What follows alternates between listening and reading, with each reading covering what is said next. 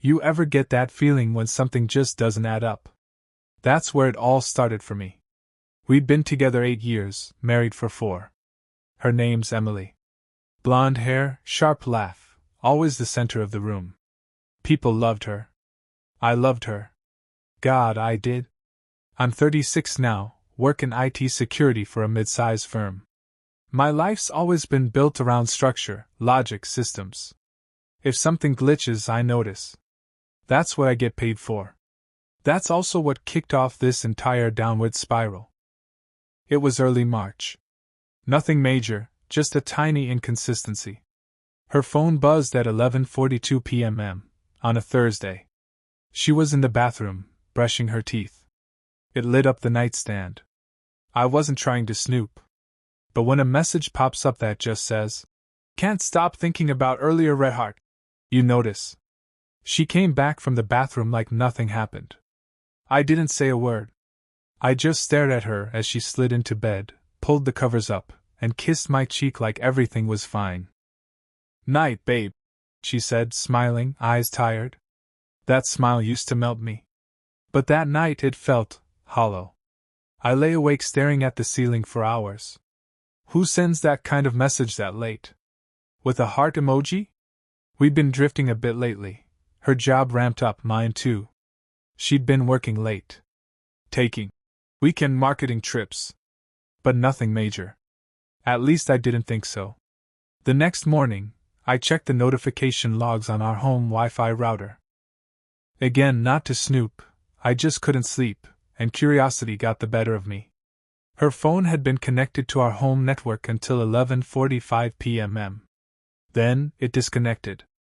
That wasn't too weird, could have been her turning on airplane mode. But then I saw a new MAC address had connected just before midnight. Android device. I knew we didn't own any Androids. I'm Apple all the way, she is too. So, whose phone was that? I took the day off work. Told my boss I wasn't feeling great. He didn't press, I've earned the goodwill. I stayed home. She'd left early, 6:15 a.m., said she had an early meeting. That wasn't unusual. What was unusual was her drawer. It was half empty. I noticed it when I went looking for an Advil. Makeup bag gone. Second phone charger missing. She was planning something. I checked our shared calendar. There was a business trip next week. She'd be in Portland for a 3-day summit. It was marked with a little blue airplane emoji. I clicked on the details. The hotel address was in Napa. That's when it all started unraveling. That hotel in Napa? It wasn't even a chain she usually booked with for work. It was a boutique vineyard spa, romantic as hell. Candlelit restaurants, couples massages, wine tasting in private caves. The kind of place you go to fall deeper in love, not to attend a marketing summit. I looked up the place online and instantly felt sick. Her conference reservation was under her name. I checked using her email address, which, stupidly, she had autofilled in our browser. I clicked into the guest info page. It was a deluxe king suite. For 2. The second guest wasn't listed. But I knew. Something primal started rising in me, not rage, not yet. Something deeper. That slow-burning certainty that your reality isn't real. That the person you come home to, make coffee for, fold laundry beside, is living a different life when you're not looking. I didn't confront her. Not yet. I needed more. That Friday, she came home late again. Smelling like mint and expensive cologne I didn't recognize. She kissed me quick and rushed to shower, her usual pattern lately. I heard the water turn on, and that strange humming she did when she was trying too hard to act normal. I opened the laundry hamper. Her blouse was inside out. Black lace bra on top. But no matching underwear. It was missing. My hands were shaking as I picked up the blouse. The scent wasn't mine. It was unfamiliar. Sharp. Musky. Someone else had been close to her. Too close. After her shower, she slid into bed next to me, hair wet, cheeks flushed, phone clutched like a lifeline. I wanted to scream. But I played dumb. Hey, I asked softly, pretending calm. This summit next week in Portland, what's it about again? She didn't miss a beat. It's for our new CRM launch. Just a bunch of talks and breakout sessions. Probably super boring. Huh, I said, pretending to scroll through my phone. Weird. I thought your last summit was CRM related too. She hesitated. Then smiled. Well, this one's different. It's like a deep dive. You know, technical stuff. You wouldn't find it interesting. I nodded. You're probably right. That night, I lay awake again. I'd never considered myself a suspicious man. I trusted her for years, blind trust, honestly. But now I realized how little I really knew. Or how much I wanted to not know. I decided something right then, staring at the ceiling in the dark while her breath slowed beside me. I was going to Napa, too. She didn't need to know that. Not yet. She left on a Wednesday. I kissed her goodbye at 6 a.m. on our doorstep. She wore a sleek navy blazer and that warm, distracted smile she always gave me when her mind was somewhere else. She hugged me like I was a friend she was trying not to lie to. I'll call you tonight after the first session, she said, hoisting her bag. Have a good time at the summit, I replied, watching her blink just a little too long at that word. She drove off in her usual hurry. I stood there long after the taillights disappeared, letting the quiet morning swallow me. I already had the same hotel booked. Not just the hotel, the room across the hall. Checked in under a different last name. Reserved it 2 days prior the moment I confirmed she was lying. By the time her car hit the highway, I was already packed. No hesitation. No second guessing. Just motion. By 3 p.m. I stood in the elegant lobby of Lavelle Vineyards, pretending I was just another late-30s guy getting away from the city grind for a few days. The receptionist smiled, complimented my leather duffel, and handed me a room key. Room 204. Hers was 207. I sat by the window in my suite for a long time, heart pounding every time the elevator chimed. At 4:12 p.m., the door across the hall opened. I peeked through the peephole. Emily. And him. He was tall. Dark blazer. Confident smile. The kind of man who looks like he always gets what he wants. And right now, what he wanted was my wife. They kissed in the hallway before she opened their door. It wasn't a secretive kiss. It was familiar. Practiced. His hand slid down her back like he'd done it 100 times. She laughed, the real kind. The laugh she hadn't used with me in months. I sat down slowly, shaking. Staring at the floor. Everything after that felt unreal. The evening dragged. I couldn't eat. Couldn't think. I just watched. Listened. Memorized their routine like it was a surveillance job. Room service. Soft jazz playing. A cork popping around 6:30 p.m. Her giggling. At one point, she stepped into the hallway, barefoot, wearing a robe I didn't recognize. She texted someone, then scurried back in. I picked up my phone and saw it. Miss you already, Red Heart. Room's freezing, lol. My hands trembled. That text was for me. To keep the lie alive. Meanwhile, she was wrapped in another man's arms across the hallway. That was the moment I stopped hoping this was a mistake. It wasn't. She wasn't confused. She wasn't making one bad decision. She was living a double life, and I was the spare. I barely slept that night. Every sound from across the hallway was a knife. Their laughter. The muffled TV. The squeak of the bed. At one point, maybe around 2 a.m., I heard her say his name. Not baby or honey. His actual name.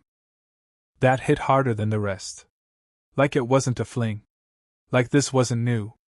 In the morning, I saw them leave. He had his hand on the small of her back like it belonged there. She wore oversized sunglasses, no wedding ring. She looked relaxed. Happy. Like she was living her real life. They walked out to the vineyard like a couple on a second honeymoon. I watched them from a second-floor window, eyes burning. And still, Even with that, I hesitated. What if I was wrong? What if there was some explanation? Then I remembered the wine. 2 nights ago, we were home. She poured a glass of her favorite Cabernet. I tried to take a sip. She snatched it back. Get your own, she said with a smile. A weird one. Forced. Now I understood. That wine had meaning, not for me. For him. Back in the hotel I waited. Noon passed. Then 2 p.m. Still gone. I ordered lunch I didn't touch. At 4 p.m. I walked down to the front desk and asked casually if there were any tours of the wine cave that day. There's a private couples tasting at 5 o'clock, the concierge said. Actually, 2 guests from 207 booked it. There it was. Couples tasting. Romantic. Exclusive. Intimate. Everything she once wanted with me, now given to a man I didn't even know existed 48 hours ago. I thanked the concierge, returned to my room, and just sat there staring at the clock, watching the minutes slip by. I didn't know what I was waiting for. Then it hit me. I didn't want to catch them. I already had. I wanted her to see me. I wanted that moment burned into her memory. The moment the mask came off. The moment her new world collided head-on with the one she'd buried 6 feet under. 5:52 p.m. The hallway was quiet. I waited by the elevator, dressed like I belonged, nice shirt, pressed jeans, leather jacket. I wanted to look calm. Controlled. Not like a man whose life was fracturing in slow motion. Then I heard the giggle. That giggle. The one she used to do in our first year of marriage, when she was tipsy on red wine and spinning records in our living room. That same laugh now echoed down the hallway, but not for me. The elevator dinged. Their voices floated up the corridor. I didn't move. She turned the corner first. Laughing. Hair windblown, cheeks flushed, carrying a gift bag with the winery's logo on it. He followed behind, hand brushing her lower back. She looked radiant. And then she saw me. Dead stop. The laugh died mid-breath. Her whole body stiffened. She blinked like she couldn't believe what she was seeing. He kept walking a few steps before noticing. Everything okay? He asked, glancing between us. Emily opened her mouth. Nothing came out. I just stood there. Tom? She finally choked, her voice barely audible. Evening, I said. Calm. Ice in my veins. Nice spot for a marketing summit. The blood drained from her face so fast I swear I saw it. The man looked confused. You know each other? I turned to him. I'm her husband. He blinked. Her what? Emily snapped out of her trance. Wait, Tom, what are you? I could ask you the same. I cut in. Except I already know the answer. I pulled out my phone, opened the photo I took earlier that day, her and this man walking hand in hand between the vines. Her head leaning on his shoulder. Her smile. I held it up. Either of them moved. You told me you were in Portland, I said. Said it was a work thing. But you're here. With him. And don't worry, I didn't just drive up. I've been here. Across the hall. Her face crumpled. No, she whispered. Tom, please. Let me explain. Explain what? I said. The lies? The texts? Or the way you looked at him like he was your whole world? He finally spoke. I didn't know. She told me she was separated. That her ex lived out of state. I nodded. Sounds about right. Emily was crying now. Silent tears. I watched them fall. I felt nothing. You lied to both of us, I said, voice steady. Built this fantasy where no one could get hurt, except everyone did. I didn't mean for it to go this far. She whispered. I laughed, bitter, tired. Your past meaning, Emily. This is what you chose. The hallway was dead silent. Then I stepped around them, calm, collected, and walked to the elevator. As the doors closed behind me, I saw her collapse against the wall, her perfect little weekend world dissolving into ash. I drove all night. Didn't stop once. No music, no phone calls, no food.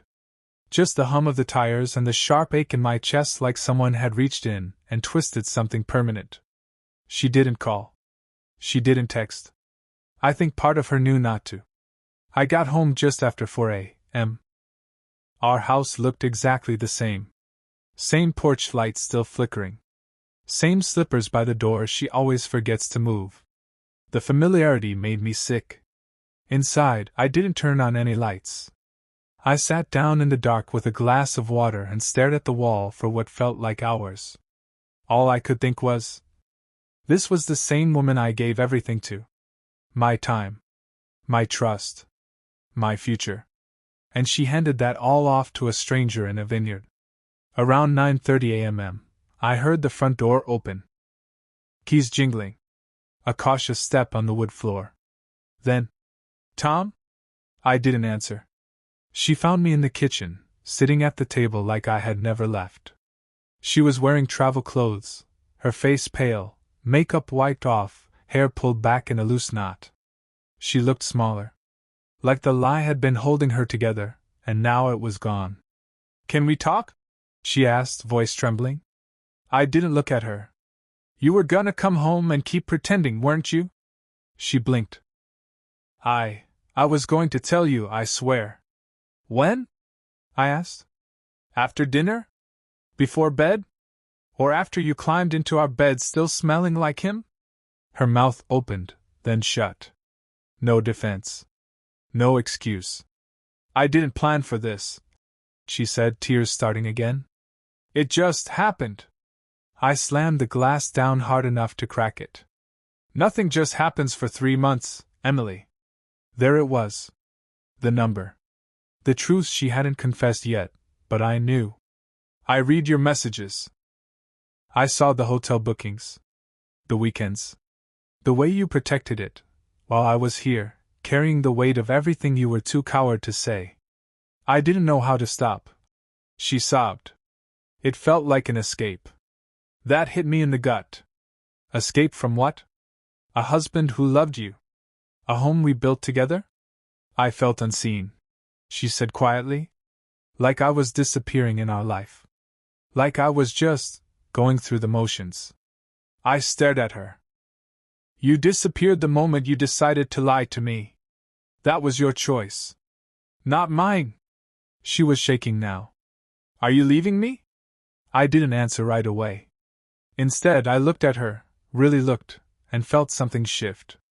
I had already left. Emotionally. Mentally.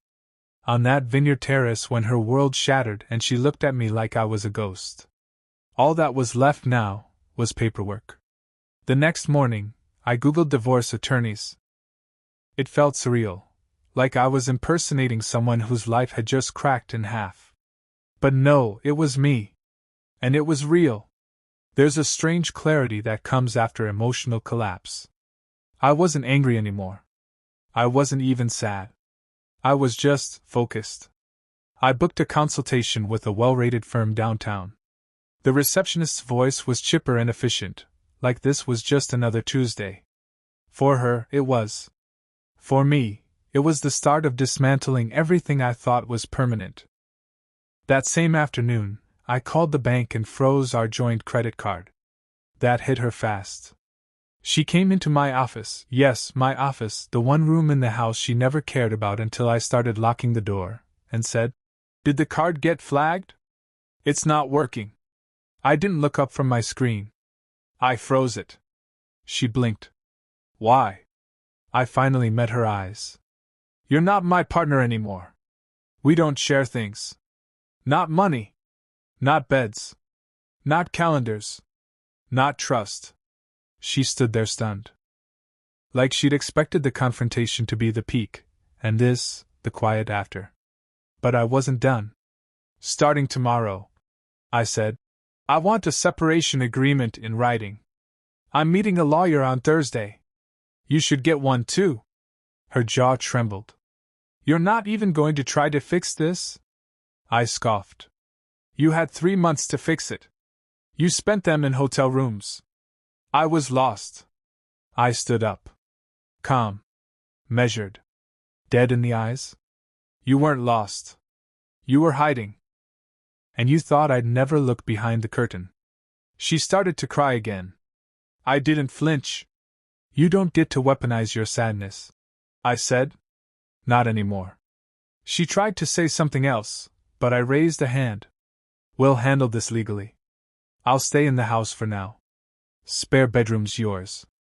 Don't touch my things. Don't ask for conversation. I've given you enough. And I walked out. Behind me, the woman I once planned a life with stood frozen, no longer in control of the script. And in that moment, I didn't feel broken. I felt free. The next 2 weeks were tense. We became roommates. Ghosts passing in the hallway. Her footsteps became quiet, careful, like she knew every sound was now a reminder of what she'd broken. But beneath the silence, tension brewed. I noticed things.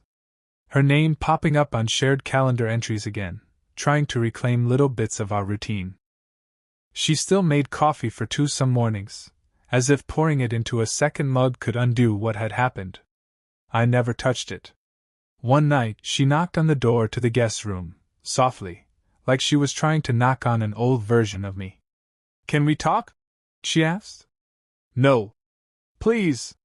Just 5 minutes. I opened the door, not because I wanted to hear her, but because I wanted her to hear me. She stood there in an old hoodie of mine, the one she used to wear on lazy Sundays. The move was intentional. Transparent.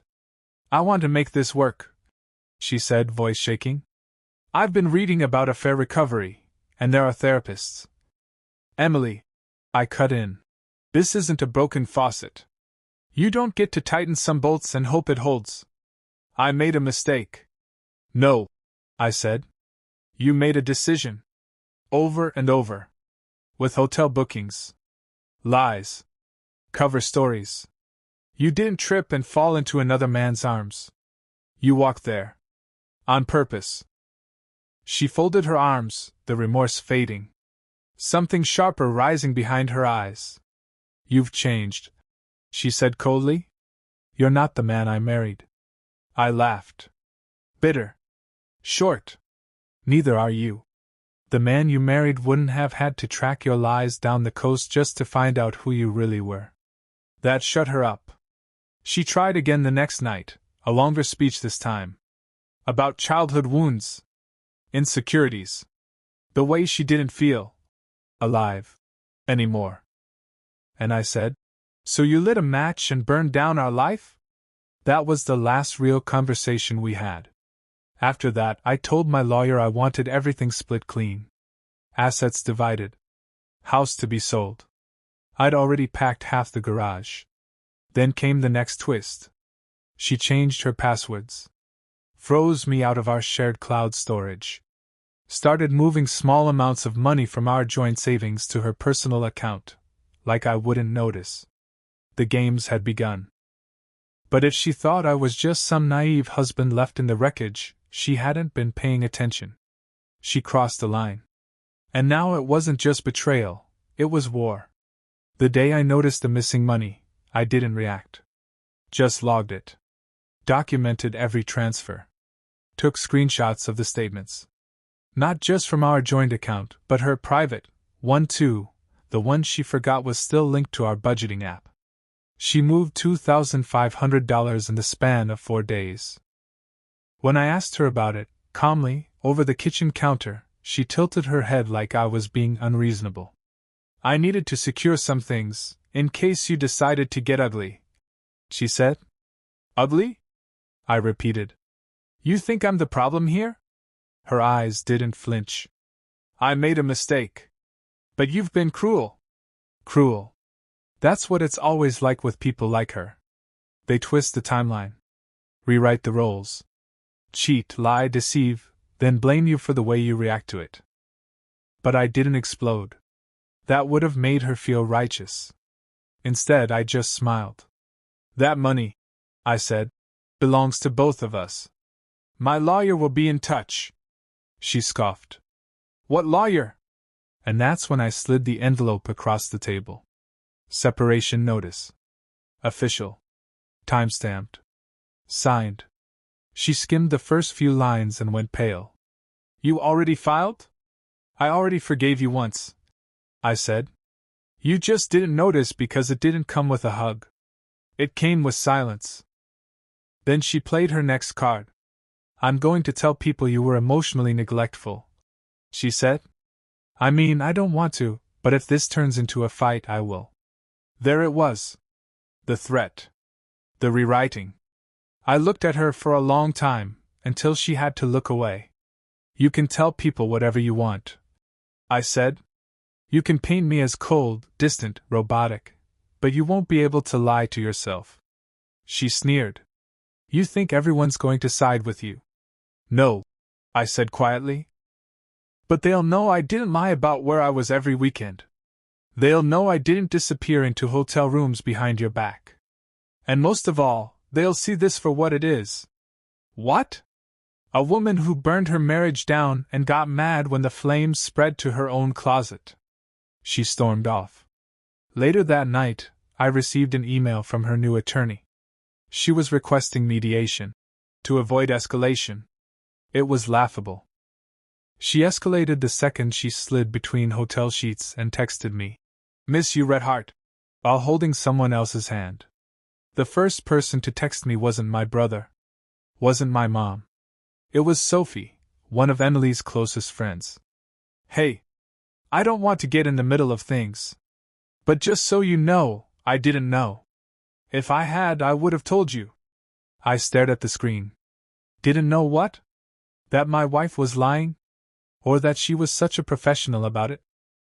I replied with a short, thanks for letting me know. That opened the floodgates. Within 48 hours, I had 5 more texts from mutual acquaintances, some neutral, some nervous, one disturbingly giddy. Oh my God, I knew something was off. Honestly, I thought you guys had an open marriage, lol. Sorry, bro. You deserve better. The most telling one came from Tyler, one of my own friends, a guy I'd met through work who double-dated with us more times than I could count. His message said, Tom, I didn't want to be the one to say it, but she was always a bit too flirty with other guys. We noticed it last year at the ski cabin. The way she touched that bartender's arm? It was weird. I sat there rereading that one for a while. You start to realize, in the aftermath, how many people saw the cracks before you did. How many stayed quiet because it was awkward. Or, not their place. Or maybe they just thought I already knew. That's things in a different way. I started making a mental list. The friend who looked away at dinners. The coworker who changed the subject whenever Emily came up. Her cousin who once joked, Emily's always got a plan B, huh? And then laughed too fast. They all saw pieces of the puzzle. I saw a picture I wanted to believe. But the worst part came from her friend Rachel, the one she used to brunch with every Sunday. Emily always said Rachel wasn't judgmental and understood her best. Rachel texted me too. Except hers was different. Tom, I just want you to know she told me about the affair. I told her to stop. I told her she was making a mistake. But she said it was the first time in years she felt like herself. I'm sorry. I should have done more. She knew. The entire time. And didn't say a word. I stared at that message like it was written in another language. A mix of guilt and self-preservation. Not an apology, just an explanation. But it was enough to make one thing clear. There were no neutral parties. I knew it was coming. The social media post. It hit a week after the mediation filing. A blurry black and white photo of our wedding day. Her in that lace-trimmed dress, me smiling like I had a clue what was coming. Captioned. Sometimes life throws us on unexpected paths. I'm taking space to heal and grow. Please respect our privacy during this difficult time. Broken heart. That was it. No mention of the affair. No mention of betrayal. Just vague heartbreak, a dollop of self-pity, and a carefully cropped image to stir sympathy. Within hours, the comments flooded in. Sending love, M. You deserve happiness. Can't believe you're going through this. You're so strong. Let us know if you need wine plus event session. Wine glass nail polish. It was a PR stunt disguised as grief. A subtle weapon. And honestly, it worked. Until it didn't.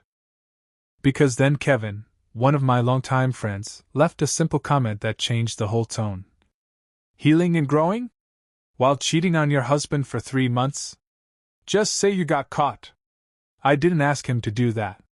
I never wanted to smear her publicly. But Kevin wasn't having it. Then Sophie replied under his comment.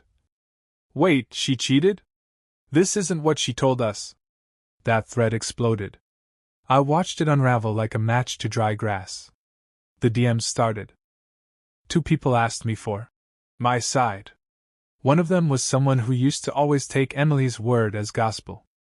I didn't indulge, I just sent one sentence. She wasn't sorry until she got caught. The next morning, the post was gone. Deleted. Scrubbed like it never existed. A new post appeared 2 days later, a photo of her walking alone by the ocean. No caption. Just mood. No one commented this time. The first real negotiation wasn't about emotions. It was about the house. It had always been ours, but I was the one who paid the down payment, the one who took on the lion's share of the mortgage, the one who spent my weekends fixing things she never noticed. In mediation, her lawyer said, Emily would prefer to keep the house, for stability. I almost laughed. Stability? She built a second life behind its walls and now wanted to pretend it still meant something sacred. Like it hadn't been tainted by lies and late-night hotel excuses. I leaned forward calm as ice. That won't be happening, I said. I'm not gifting the scene of the crime. Her attorney cleared his throat, clearly uncomfortable. I offered to buy her out at market rate. She refused. She wanted more than the money. She wanted control. Wanted to feel like she still had a say in the life she'd already burned. So I let the negotiation stall, just for a few days. And in those days I quietly pulled bank statements. Receipts. Screenshots. I compiled everything. The wine weekends. The booking confirmations. The $900 charges to that vineyard resort labeled CRM Summit. I even found a Venmo transaction labeled Weekend Escape Kiss Mark that she'd sent to her affair partner from our joint account. When we reconvened, I passed the folder across the table. I suggest we stop pretending we're splitting everything 50-50ths. Her lawyer opened it, and for a second, even he looked ashamed. I'd like the house, I said, and I'll waive any claim on her private account, which, as you'll see, she's already begun funneling joint funds into. Emily looked down. Said nothing. I didn't need her apology. I already had her signature. The day she moved out, I stayed home. Not to help. Not to talk. I just wanted to see it happen. I watched from the upstairs hallway while she walked room to room with a pair of hired movers, pointing to boxes like she was cataloging the remains of a museum exhibit. She didn't meet my eyes once. I didn't offer help. Didn't offer water. Just stood there, arms crossed, listening to the sound of our life being split into cardboard. She took weird things. The ugly lamp we argued about during our first IKEA trip. The cookbook she never used but insisted on displaying. Half the wine glasses, even though she'd once dropped and broken the matching set. And she left behind things I thought she'd cling to. The framed photo of our honeymoon in Greece. The snow globe from our first Christmas. The worn hoodie of mine she used to steal every winter. It was like she couldn't stand to touch anything that reminded her who she used to be with me. By noon, the house was quieter than it had ever been. The guest room, once hers, during our silent war period, was completely empty. Just a dent in the carpet where her dresser used to sit. The walls bare, the air stale. Before she left, she paused in the entryway, hand resting on the doorframe like she wanted to say something. But she didn't. She looked up at me. Eyes glassy. lips parting. And then? She walked out. No goodbye. No last word. Just the sound of her heels fading down the front steps. I waited until her car disappeared around the corner. Then I walked into the guest room. Closed the door. Sat on the floor and exhaled. It was finally done. But the silence wasn't peaceful. It was a vacuum, a void left by 1,000 plans, memories, and the slow drip of betrayal that had rotted the beams behind the drywall. People kept saying, "You'll get closure. Time heals. At least now you know." They meant well. But here's the truth no one tells you. Closure isn't a finish line. It's a wound that stops bleeding, but still itches when the rain rolls in. Weeks passed. The house was mine again. Legally. I repainted. Rearranged. Threw out the old sheets. Burned the damn scented candles she used to pretend she loved. But no matter how many things I changed, the air still remembered her. One night, I walked into the kitchen, lights off, and caught myself about to call out her name. Habit is cruel like that. Another time, I opened the bathroom cabinet and found one of her earrings tucked behind the hairbrush. Just a little thing. But it hit like a brick. She never came back for it. Or maybe she left it. A breadcrumb. A loose string. Something to keep me tethered, or haunted. I saw her once, a month later. At the grocery store. She was standing by the self-checkout, wearing a coat I'd bought her last Christmas. She didn't see me. But I watched her for a second longer than I should have. She looked fine. Not destroyed. Not radiant. Just someone doing what they had to do to survive the consequences they created. And that's when I understood something I hadn't before. Closure wasn't about understanding her. It was about letting go of needing to. I left the store without buying anything.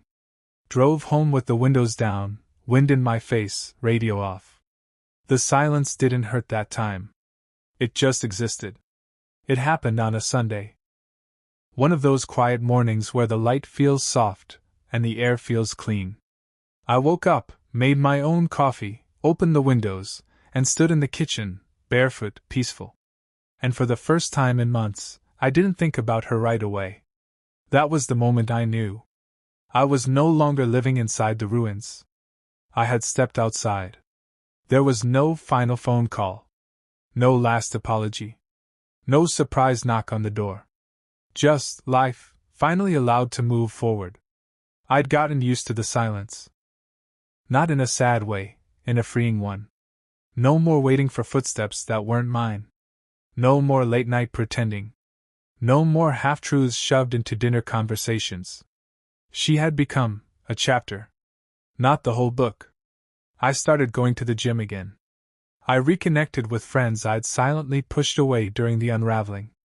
I deleted the photos, the real ones, and the mental snapshots of the vineyard, the text messages, the hotel hallway. They're gone now. All except one. A memory not of her, but of me. Standing at that table. Watching the lie fall apart. Realizing I didn't need revenge. Just clarity. Because in the end, she didn't destroy me. She just revealed herself. And once I saw her clearly, I finally saw myself again. I'm not the same man who waited up for a woman who came home smelling like someone else. I'm not the same man who begged her to talk. Who excused the silence. Who twisted himself into knots to keep something broken stitched together. That man is gone. And the door behind him? Closed. Quiet. Locked.